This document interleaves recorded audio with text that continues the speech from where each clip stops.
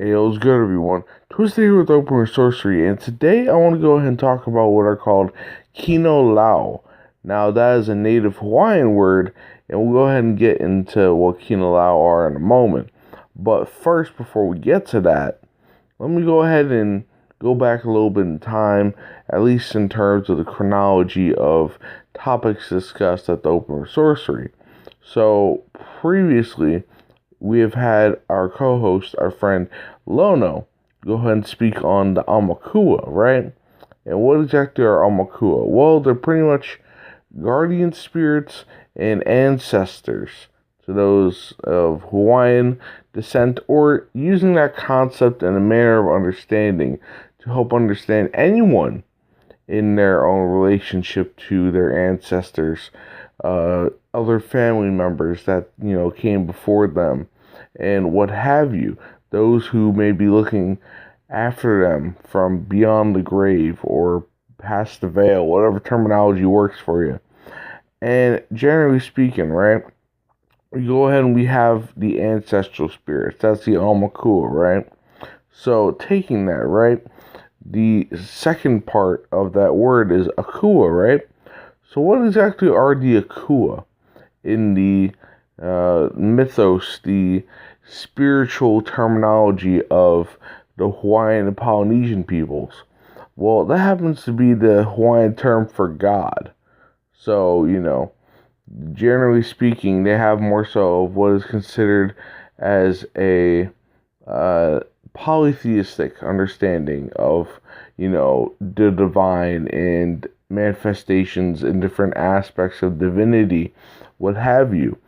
And, the Akua, or an Akua is a particular god within that multiplicity, and so on.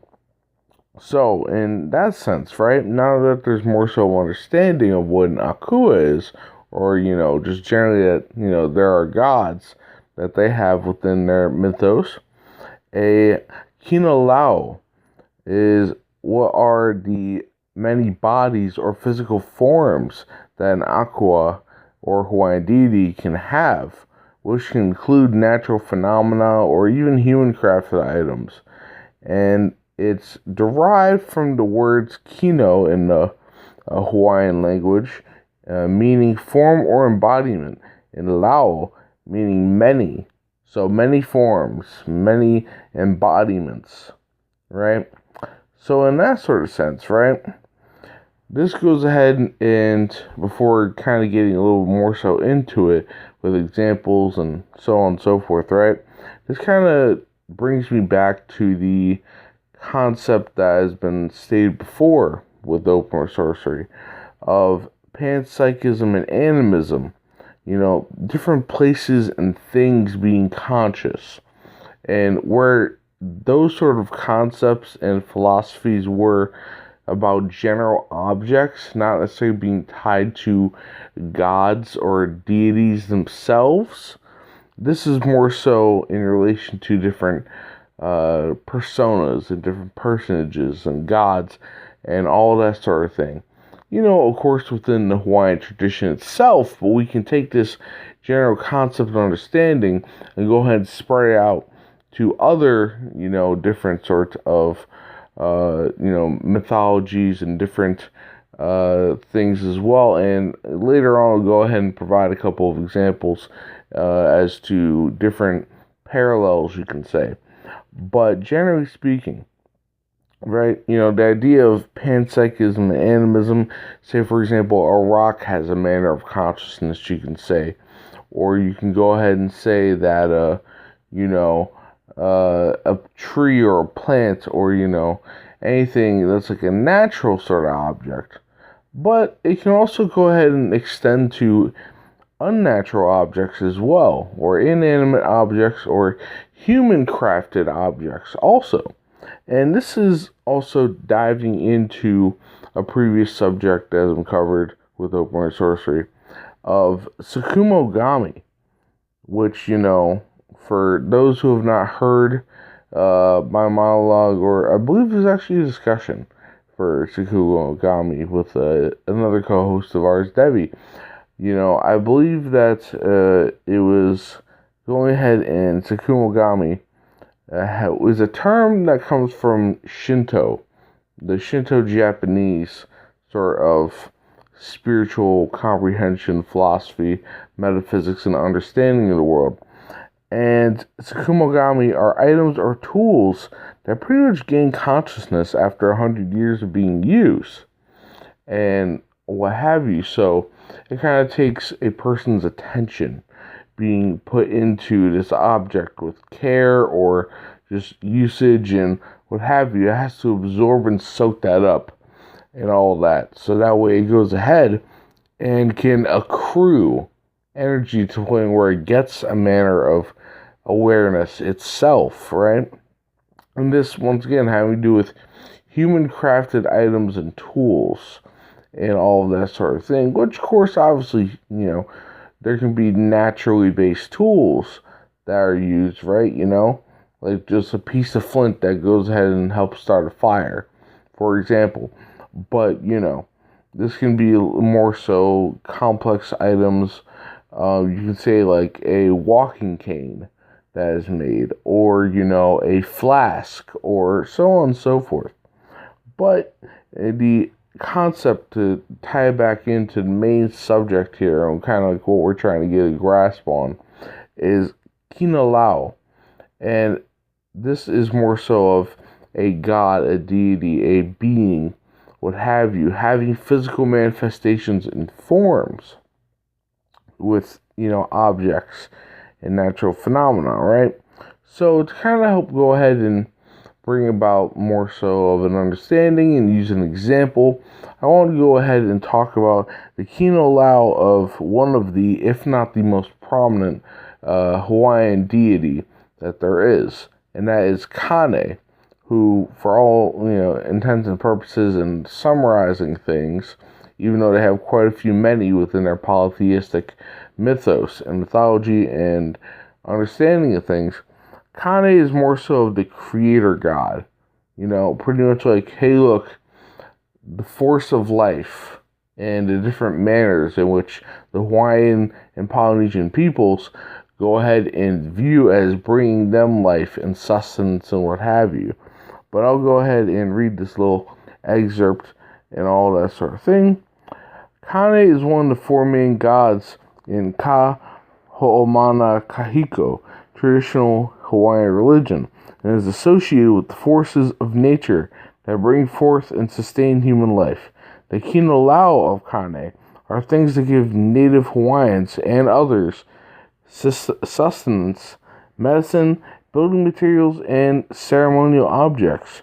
They include, but are not limited to, and here we go with just several examples, which are fresh spring water, sunlight, coral, pohaku o Kane, or stones of Kane, which are upright stones where one would pray and offer sacrifices to an aumakua, as referenced before, the ancestors, and natural phenomena such as lightning, thunder, or rainbows. So all these things right here are denoted as different Kino Lau of Kane, different sort of physical manifestations that exemplify or have the embodied awareness of Kane itself, or can potentially be that, as well as, there are other deities, other beings, within the Hawaiian and Polynesian mythology that, this could potentially apply to. And what have you, if you look further, deeper down the rabbit hole, you could say. Now, going ahead and spreading a little bit more so farther outward, right, to get a little bit more so of an understanding and using parallels from other worldviews and understandings.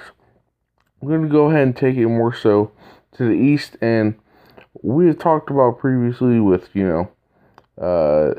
Shinto deities and kami and different relations of, that concept and subject, or using, say, for example, Benzaiten as an example for different concepts or an entity that can be called upon to assist with different things. But, just as we talked about Tsukumogami previously, we're going to go ahead and use Shinto Kami to help further our understanding of Kino Lau. So, Shinto Kami are, for lack of a better term, Kami is gods and or ancestors. And they can govern over specific areas and landmarks such as rivers and what have you. And they can have Kino Lau themselves, right? So I'm going to go ahead and provide an example of a kami, that being Inari Okami. And they are a kami, they are a god of many things, which includes rice, tea, sake, agriculture, industry, swordsmiths, merchants, foxes, fertility, general prosperity, and worldly success. Worldly success, just to make sure I pronounce that with a little more emphasis.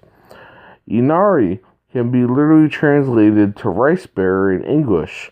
So, actual physical grains of rice, along with the cups of sake that are created from those grains, as per my understanding of how the alcoholic drink of sake is being made, I believe sake is made from grains of rice, right? And I'm not a sake drinker myself, but if memory serves correctly. In any case, I digress. The rice and or the sake are actually Kino Lau of Inari. So when you're going ahead and eating a bowl of rice, right, you can go ahead and, whether it's before you go ahead and pray over that bowl of rice, or you can potentially say with intention, going ahead and tying it into Inari Okami, that is Kino Lau of Inari Okami. That, ingesting those grains of rice, what have you, you are ingesting, divinity in of itself, that particular deity, that manner of divinity. And once again, you can say, you can bring up the question of the chicken or the egg in this case, right? Whether something that was preeminent, that existed previously, that, different grains of rice are manifested forms, are physical forms and embodiments of Inari Okami already.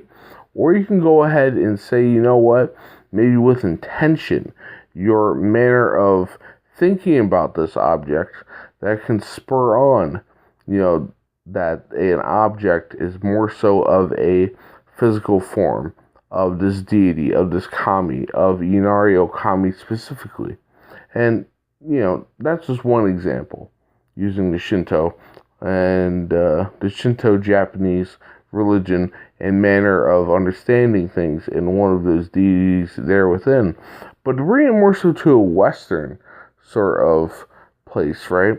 We can go ahead and look at, Christianity and Catholicism in particular, and go ahead and look at the concept, the usage of the sacrament of the Eucharist.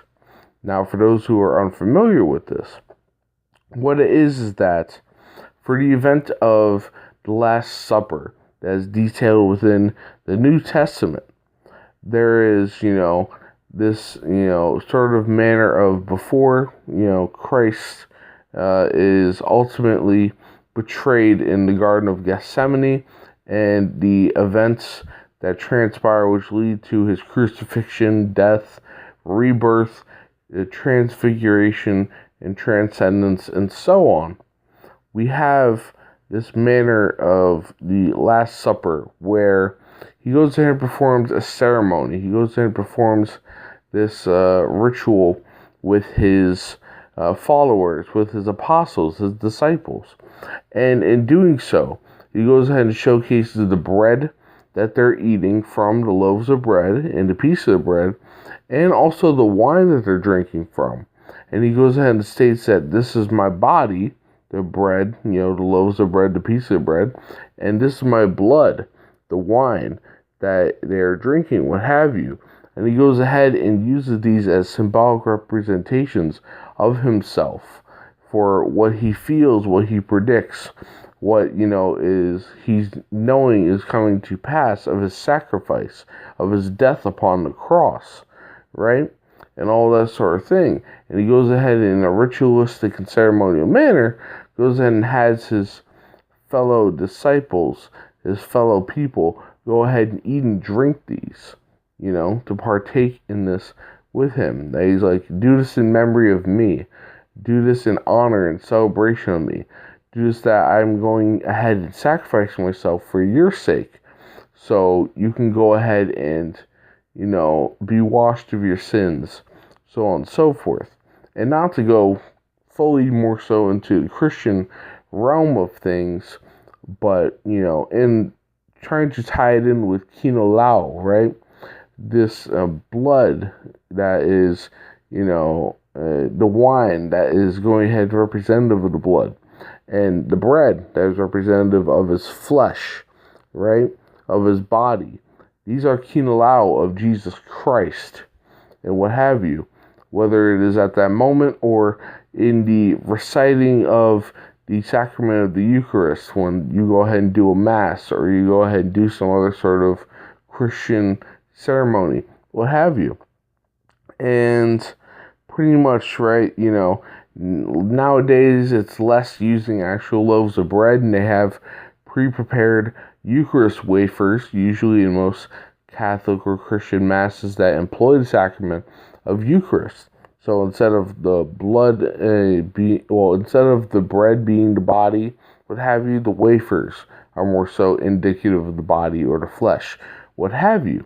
And this is more so of an example of, using intention to go ahead and transform something into, you could say, Kino Lau of Jesus Christ, what have you, as opposed to more so a preeminent manner of it. Where like a pre-existing manner of it, unless you want to go ahead and say that regardless of a priest going ahead and doing the blessing upon these items, what have you, that is something that was already preordained by God the Father, or by Jesus Christ, or the different manners of divinity within Christianity and Catholicism in of itself. So, taking those couple of examples external from the Hawaiian mythology, what have you, going ahead and hoping that helps to bolster the comprehension, the concept of Kino Lau, these objects, these physical forms of these deities, consciousnesses, manners of awareness, that exist and pervade throughout existence some way, shape, or form, right? So yes, once again, to go ahead and summarize, Kino Lau, they are the physical forms that an Akua or Hawaiian deity can have. That can include natural phenomena and human-crafted items. And once again, in terms of etymology, Kino means form or embodiment, and Lau meaning many. So, I think that goes ahead and squares us away with this concept this time around.